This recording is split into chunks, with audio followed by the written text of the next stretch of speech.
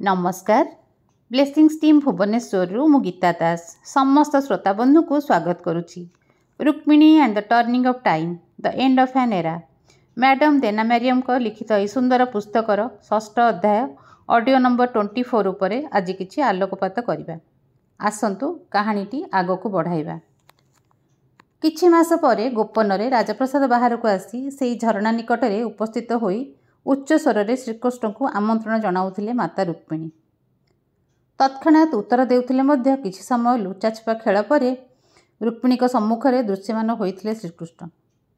झरणा निकटरे किछि समय परस्पर सहित अतिबाहित कला परे राजकुमारी को राजप्रसाद निकटरे पहुँचाइथिले श्रीकृष्ण। किछि मास एहिपरि भाबरे चलीथिला। गोपन राजप्रसाद बाहर को आसिले मध्य केही ताहा लक्ष्य करि पारुनथिले। धीरे धीरे माता अनुभव करथिले से सबुथिला भगवान को लीला। 13 वर्ष बयस एकदा साक्षात समय श्रीकृष्ण को प्रश्न कले रुक्मिणी, तुम्हें जंगल में केउठारे वास करुच? उत्तर देउथिले श्रीकृष्ण, मु वृंदावन रे बड़ होईची एवं वर्तमान द्वारका राज्य रे अवस्थान करुची, जहा विदर्भ राज्य ठारू बहुत दूर रे अवस्थित। प्रश्न करथिले राजकुमारी, ताहाले मु जेतेबेले स्मरण करुची तुमे किपरि मो सम्मुखरे उपस्थित होई पारुच? स्मित हसी उत्तर देउथिले श्रीकृष्ण, रुक्मिणी दिने तुम्हें मोर समस्त कार्य विषय अवगत हेब। गोटे वर्ष पर पुनश्च श्रीकृष्ण उद्देश्य से ही प्रश्न करथिले रुक्मिणी, जार समान उत्तर देइथिले श्रीकृष्ण। किंतु से उत्तर रे संतुष्ट नथिले माता एवं नीरव हो जाइथिले। राजकुमारी को लक्ष्य करी प्रश्न करथिले श्रीकृष्ण, तुम्हें काहेकि चिंतित? शीघ्रतार सहित प्रश्न करथिले राजकुमारी, मु तुमको विवाह करिबि कृष्ण? सम्मति सूचक भाव में मथा हलाइथिले श्रीकृष्ण। उत्तर शुणी मातांका आखिरे थिला लुह एवं शरीर रे कंपन। आश्चर्यचकित भाव में भगवान प्रश्न करथिले, तुमे मते विवाह करने को चाहुना कि? सेही समय मातांका पूर्वजन्मर स्मृति उजागर हेउथिला।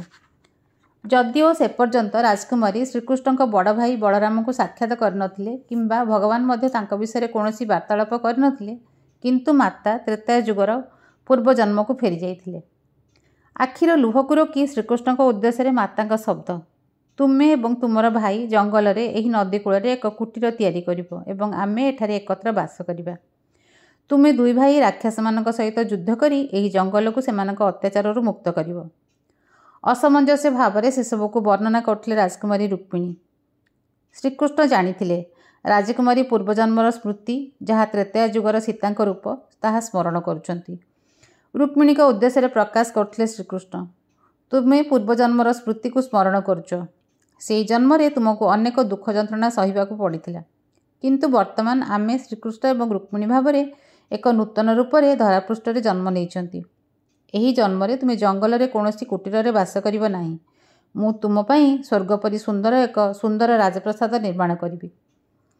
रुक्मिणी का हाथ को निज हाथ रे नहीं श्रीकृष्ण जनाउथिले, पृथ्वीर केही मध्य तुमर कौनसी अनिष्ट करि पारिबे नाही। निजको रक्षा करिवार शक्ति तुम मध्यरे अछि। तुमर पूर्व स्मृति जाग्रत हेउची, सेथिपई व्यस्त हेब नाही। मु सबु समय तुम सहित उपस्थित अछि।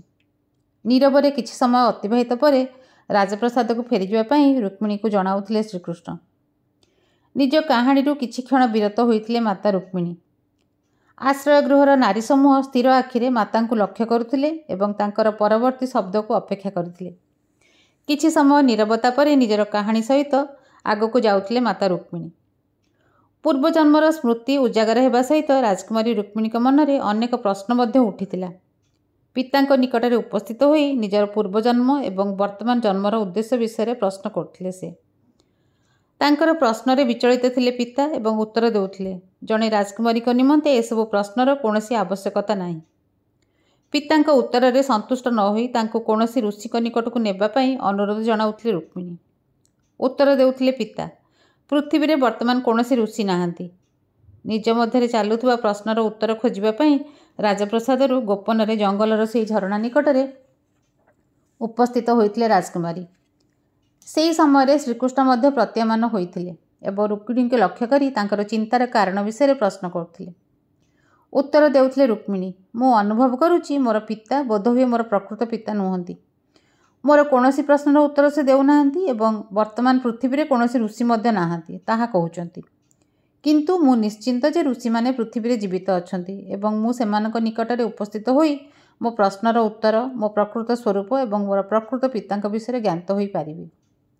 उत्तर देउथिले श्रीकृष्ण, ऋषि माने तुम निकटरे उपस्थित हेबे, तुमको सेमानक निकटकू जिबार आवश्यकता नाही। बोध हुए मु तुमर सहायता करि परिबी।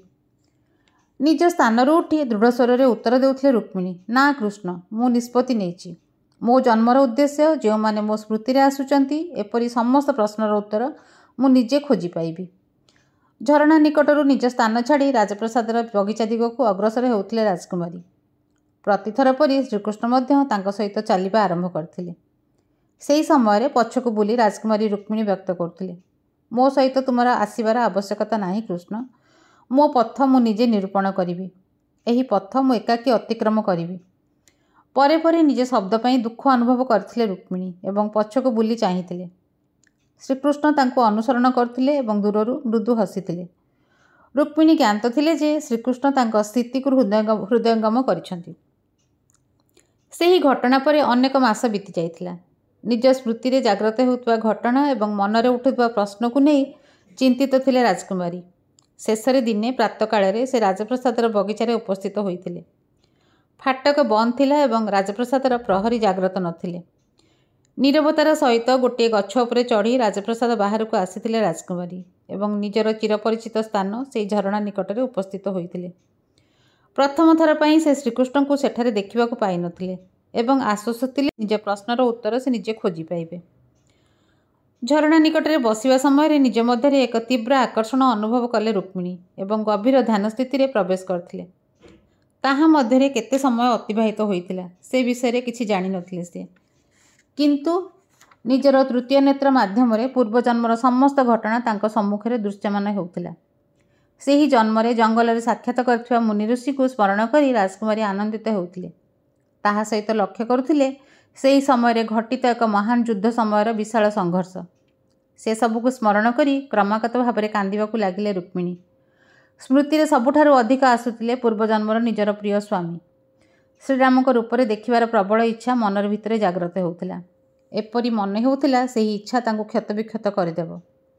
सेही घटना को वर्णना करिबा समय मातांको स्वर धीरे धीरे नीरव हो जाइथिला एवं तांको शुणिबा कष्टकर हेउथिला। जदिओ चक्षुमुद्रित अवस्था सुजाता सेही कहानी को शुणुथिले, किंतु ताहा तांको हृदय को स्पर्श करथिला। आजि पई एतिकी। श्रोता बंधु को अशेष धन्यवाद एवं कृतज्ञता।